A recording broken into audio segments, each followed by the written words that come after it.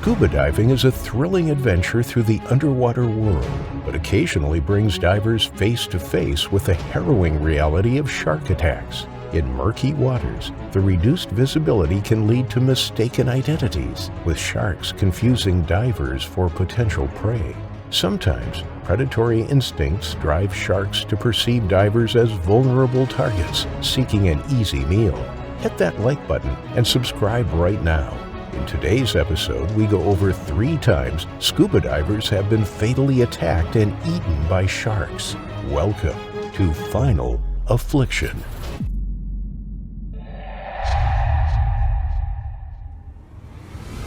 The beach is the near-perfect place for most people looking for a calming place to have fun or relax. The only thing preventing it from being truly perfect is the threat of a shark attack. The thought that we could leave the safety of society where we are the apex predator and wander into the territory of a super-fast murder machine that can't be reasoned with is terrifying. With over 80 unprovoked shark attacks on average each year, there's no short supply of shark attack stories to remind us that we might become lunch to one of these fierce predators if we aren't careful. Despite people's claims that sharks aren't really a threat to humans and they only attack based on mistaken identity, the fact remains that even a curious shark bite is enough to shred through an artery and cause you to bleed to death. Even though shark attacks are rare, while swimming in the ocean, the thought of a shark lurking in the distance is inescapable and always in the back of our minds. With that being said, it was only a matter of time before humans set out to solve this problem by creating a shark repellent, a magical device that sends out electromagnetic waves throughout the water, creating a force field around you that will scare away even the biggest shark in the waters. A device too good to be true. Just strap the shark repellent onto your wrist or ankle, and you're safe enough to jump into a pool of sharks without the fear of being eaten alive. Although this might be effective against 99% of sharks, commercial divers Paul Buckland and Shannon Jensen found out the hard way that even a shark repellent won't save you against a hungry or worked-up shark in a frenzy. Their blind faith in the shark repellent device resulted in one of the most gruesome great white shark attacks ever recorded. 23-year-old Paul Buckland was one of 3 sons born into a popular fishing family in Port Lincoln, Australia.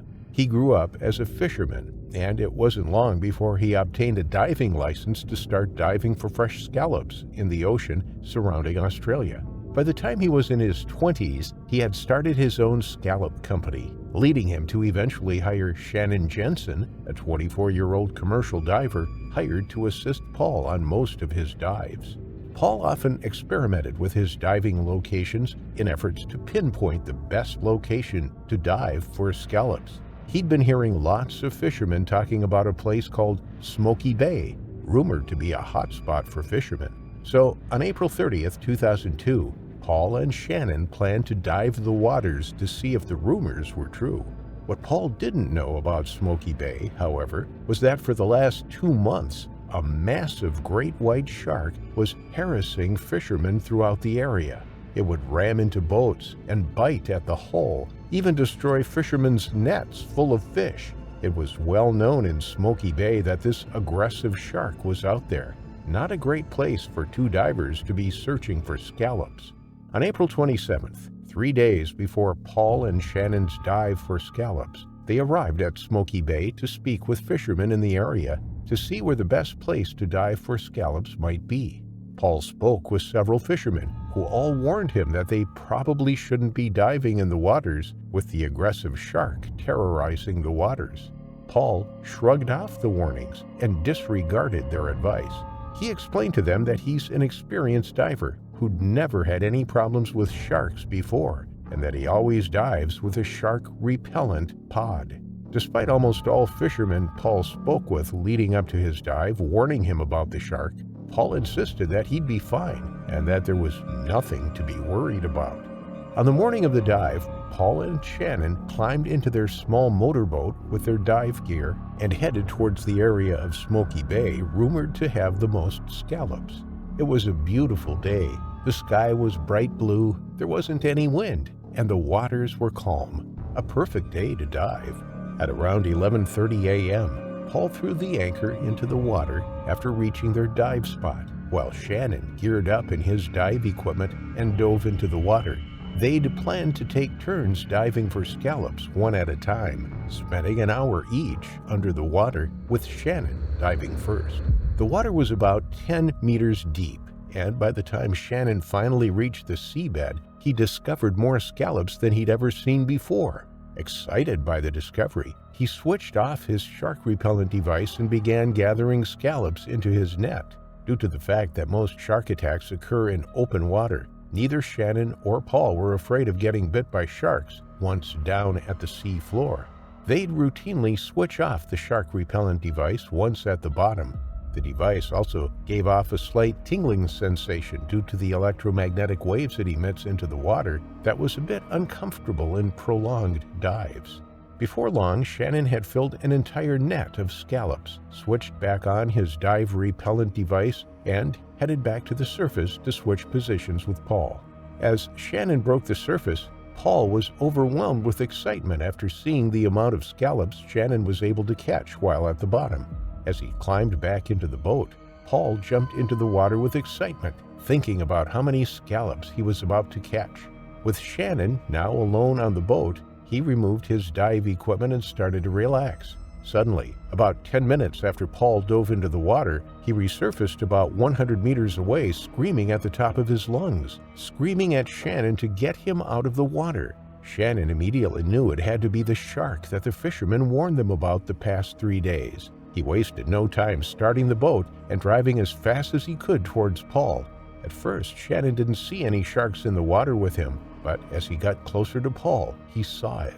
A massive, shadowy figure was approaching Paul from about 20 feet away. It was easily the same size as their aluminum boat at 6.5 meters long, or 21 feet. Paul was rightfully scared. Thankfully, Shannon got to Paul before the shark did and began to grab him under the arms to help him climb into the boat to safety. Suddenly, the shark rammed Paul from the right side of his body, gripping him in its jaws and ripping him away from Shannon's grip.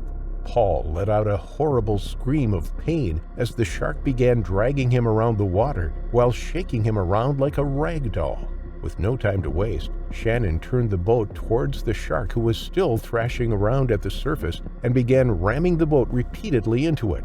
The shark didn't even flinch. It completely ignored the boat being rammed into it as it aggressively shook Paul around in the water. However, Shannon didn't quit. He continuously rammed the boat into the shark until finally it let Paul go. The water was red with blood as Paul bobbed at the surface, barely holding on to life.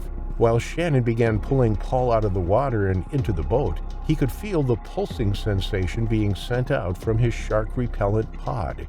He turned the pod off and was finally able to pull Paul into the boat.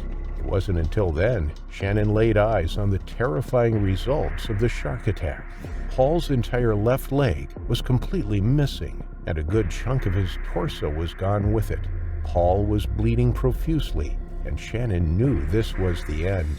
He kept Paul in his dive suit and wrapped him in a doona, which was on board to protect the scallops from the sun, but moments later Paul's eyes rolled back inside his head as he went limp. Shannon feared the worst and tried to use Paul's mobile phone to call for help, but the batteries were dead. The onboard radio wasn't working either.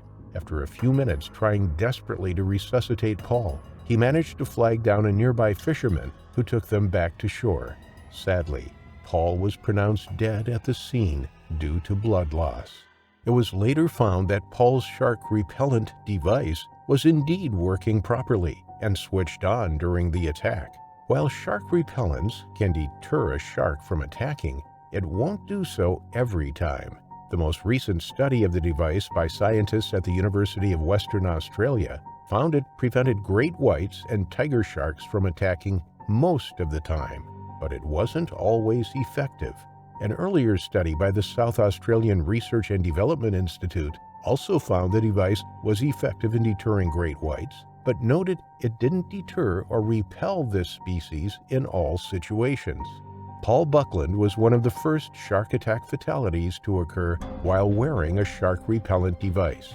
Because of tragedies like this, it's now known that nothing can stop a hungry or injured shark from tearing a chunk out of your body, leading you to your terrifying final affliction.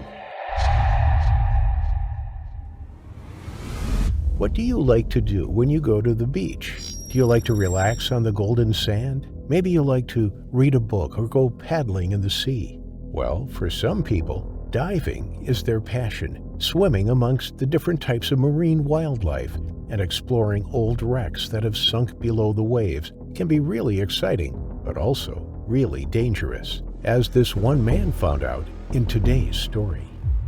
Manuel Lopez had lived on the coast of Mexico his entire life. He was proud of where he lived and his heritage that came with his place of birth. The 56-year-old man loved his home and wouldn't trade it for the world. However, his life wasn't necessarily an easy one. Taking advantage of where he lived, Manuel learned from an early age how to dive for the mollusks that lived on the bottom of the ocean floor. His father, who was a fisherman himself, taught Manuel just how important fishing was and how it could earn him a livelihood if it was done right. Manuel took all of his father's teachings to heart, and over the years, he practiced fishing and diving for mollusks until he was able to do both quite expertly. What he really loved was diving into the ocean in search of scallops, mussels, and all sorts of other shellfish. He found the thrill of diving down into the water exciting. He never knew what he might find or what kind of animals he might come across. Of course, as the years went by, Manuel also learned of the dangers that diving for shellfish could bring. Strong riptides could take him out to sea, where he could potentially end up getting lost. Murky waters could also bring danger, as Manuel could get lost in the silt and not know which direction to go in order to get back to safety. But the most dangerous thing of all were the predatory animals that lurked in the water: sharks. Mexico is home to a diverse range of shark species, with nearly 100 different types found in its waters. The Gulf of Mexico and the Caribbean Sea are particularly important areas for these animals, as they serve as breeding and feeding grounds for many species. There are some species of shark which live on the Mexican coast that are fairly calm and non-aggressive towards humans. These are the whale shark, the largest shark in the world, hence its name, and the nurse shark is also relatively harmless to humans, often dwelling on the bottom of the ocean in shallow waters to hunt for small fish. However, it is the more aggressive sharks that people need to worry about. Species such as the bull shark, which are actually responsible for most of the attacks in Mexico, the hammerhead sharks, and the one that many people find the scariest of all, the great white shark. Whilst common media has made them out to be more vindictive than they actually are, considering they are just animals acting on instinct, great whites are still a shark that nobody should mess with, as they are incredibly dangerous. However, sometimes circumstances push people to do things that might not necessarily be the wisest decision at the time. This is, unfortunately, what happened to Manuel. It was February 2023, coming into Mexico's springtime, and Manuel and his fellow fishermen were all busy, trying to collect as many mollusks and fish as possible so that they could sell them to local restaurants to earn a wage. However, there had been reports of quite a few sharks migrating into the waters around the coast so that they could hunt for fish and give birth to their young. Because of the number of sharks that were being reported in the area, including great whites, the fishermen, and especially the divers, were warned not to enter the ocean, as they could potentially be putting themselves at risk. For a little while, Manuel and his fellow fishermen stayed out of the ocean, as they didn't want to risk their lives. In times where people like Manuel can't work, the Mexican government gives out a stipend of 7,200 pesos, which is roughly $400 per year. However, this is not a lot to live off of, especially if the fishermen have a family to support. As the days passed by, there quickly became a shortage of seafood in the area, which meant that demand for the items were at an all-time high. Manuel found himself being drawn to the ocean to go diving for shellfish again, as he knew he could get a good price for his catch, and he needed the money to help support his family. Finally, deciding that he would rather take the risk to try and get a bit more money, Manuel put on his diving suit, a full gray suit, and went diving near San Jose Beach in Tabare Bay.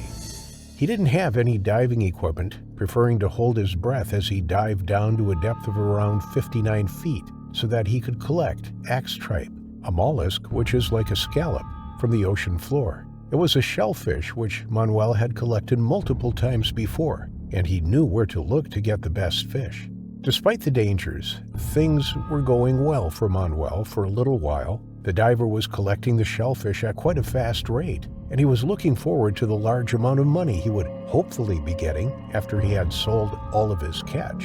Jose Bernal was another fisherman who was out with Manuel at the time. He was diving into the water from the boat that they had brought along and was collecting the mollusks as well. He had decided to get out of the water for a little while so that he could rest. However, Manuel felt that he was finding quite a lot of axe tripe, and he didn't want to lose the spot where he was finding all of the shellfish. It was whilst Manuel was diving to the ocean floor, though, that something happened that no one could have expected. As he was relaxing on the boat, Jose noticed an odd shape in the water. At first, the fisherman couldn't make out what the shape was, but as it got closer, Jose quickly felt panic taking a hold of him. He knew that the massive shape, which looked to be around 19 feet long, could only possibly be one thing: a shark. After coming to this conclusion, Jose's terror increased tenfold. He had no clue how he was supposed to alert Manuel to the danger, as he was still underwater, and Jose did not want to get back into the water with the dangerous shark nearby. The fisherman could only hope that Manuel wouldn't attract the shark's attention, and that it would simply swim on by. But that wasn't the case. Manuel, not having a clue what was happening or what was coming close to him, was quickly running out of air. Deciding that he needed to go back to the surface for air, Manuel began swimming up, taking his haul with him. However, in just one moment, everything changed for the worse. In one moment, Manuel was swimming happily, and then in the next moment, the massive great white shark came swimming out of the murky water, bursting through the water at 35 miles per hour, and in just one bite, the shark separated Manuel's head and part of his shoulders from his body. Jose had witnessed the entire event, and he could not believe what he had just seen. There was nothing that he could do for Manuel, as he was most certainly not alive anymore. With nothing else to do, Jose returned to the mainland, where he informed the proper authorities about what had happened. But why did the shark go after Manuel? Well, whilst great whites do attack up to 5 to 10 humans every year, they usually only take an experimental bite before moving on, as they are not actually that interested in hunting people. Instead, the great white's usual prey consists of seals, sea lions, dolphins, and turtles. However, every now and then they can get confused due to how people look in the water when they are swimming. Thinking that it was a source of food, the shark will attack the person, which could lead to some very serious injuries, or, in the worst case scenario, a fatality. This is sadly the most likely thing that happened to Manuel. The fisherman was most likely just unlucky to be in the water at the same time as the massive shark was swimming nearby. And whilst it wasn't necessarily anybody's fault what had happened to Manuel, it is important to remember that the ocean is the home of animals like sharks, and that it is always better to play it safe than to risk a life to dive into the ocean when these incredible creatures are nearby. Sadly, all that could be done for Manuel after the incident was to try and collect the body from the water, and then, once that was done, bury him in a proper grave. Fishermen spotted a shark off the coast of the western Mexico coastal town of Paredon, Colorado, 2 weeks after Manuel Lopez was attacked and killed by a shark while fishing for mollusks. This shark is thought to be the one responsible for decapitating Manuel. It has been spotted several times since the fatal attack, and authorities have been unable to kill it. This massive man-eating shark is still on the loose in the waters around Mexico, waiting to bring another innocent diver like Manuel Lopez to their terrifying final affliction. It was Sunday, November 29th, 1964. While the usual crowd fancied a day off from working or doing any exciting activity, Henri Bource and his friends were planning on visiting the ocean.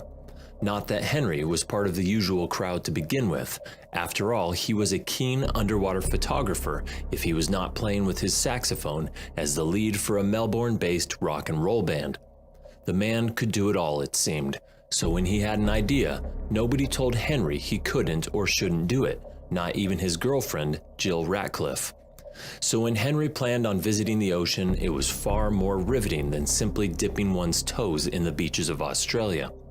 Filming seals on an ancient and remote island off the coast of Victoria and spearfishing in the surrounding waters was what Henri had in mind on a typical Sunday.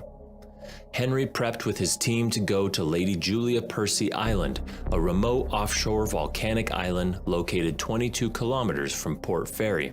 Formed some 7 million years ago through violent underwater eruptions, the island was separated from the Australian mainland as the landmass parted ways with Antarctica.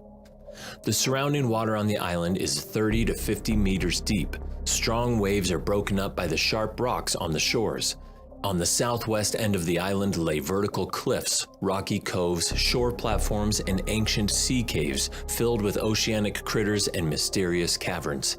Interestingly, Lady Julia Percy holds the largest breeding colony of the Australian fur seal. Additionally, the isolated island provides habitat to seabirds that are rare even by Australian wildlife standards. However, where there are fur seals, there is also one of its natural predators, the great white shark. Unbeknownst to Henri and his friends, this would be the day that would change their lives forever. The Victorian Aqualung Club, where Henri belonged, and members of the Port Fairy Manta Skin Diving Club left Moyne River Wharf on board a commercial shark fishing boat. The filmmaker wore a black hooded wetsuit, something that was not uncommon in those days. Eventually, the two groups arrived at the shores of Lady Julia Percy Island, where they were to begin exploring the area and film seals. Parking the boat a few meters off the coast of Lady Julia Percy Island, Henri and his friends Dietmar Krupa and Fred Arndt were talking about a terrifying tale. It wasn't exactly something the usual crowd would talk about right before diving into the ocean and putting themselves at the mercy of the waves. The terrifying tale was about a massive great white shark meandering about in the surrounding area. It was called Big Ben. Although there is hardly any truth to most monster tales such as this, it was not hard to believe in this one at this time, considering the thousands of fur seals one could perceive as far as the eyes could see. Put a man on a boat in the middle of the ocean near a remote island, and you get the perfect ingredients for the most monstrous creature alive, even if only in imagination. However, according to locals who claimed the massive shark was at least 20 feet in length, the creature was very much real, and they had the scars to prove it. For Henri, however, this was merely another exciting opportunity for his portfolio. Henri entered the water at around 12:45 p.m. Swimming in the deep parts, Henri shot a film for an hour or so and came back to the boat around 1:15. Unsatisfied with the first film roll, Henri entered the waters once again.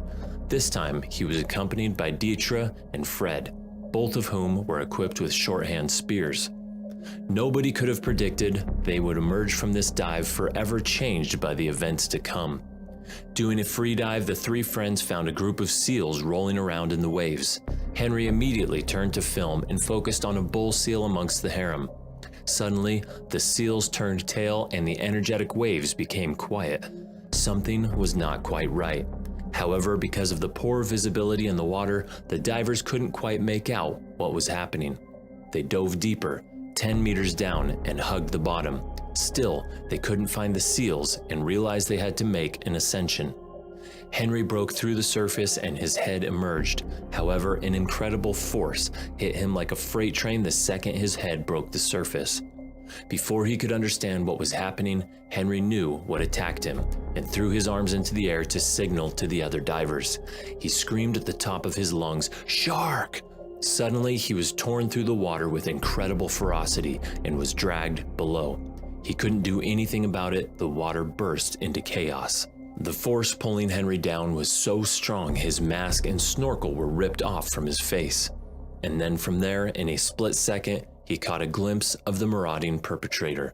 It was a great white shark. It was Big Ben. The creature had latched itself onto his leg. It shook him like a dog shaking someone's old slipper. Henri desperately tried reaching for the creature's eyes, but its large snout was getting in the way. He felt the searing pain of the shark's teeth puncturing his calf as he scrambled his hand across its face. Beyond the pain, there was a more pressing matter. Henri was drowning. He had been holding his breath for around 45 seconds as the onslaught continued.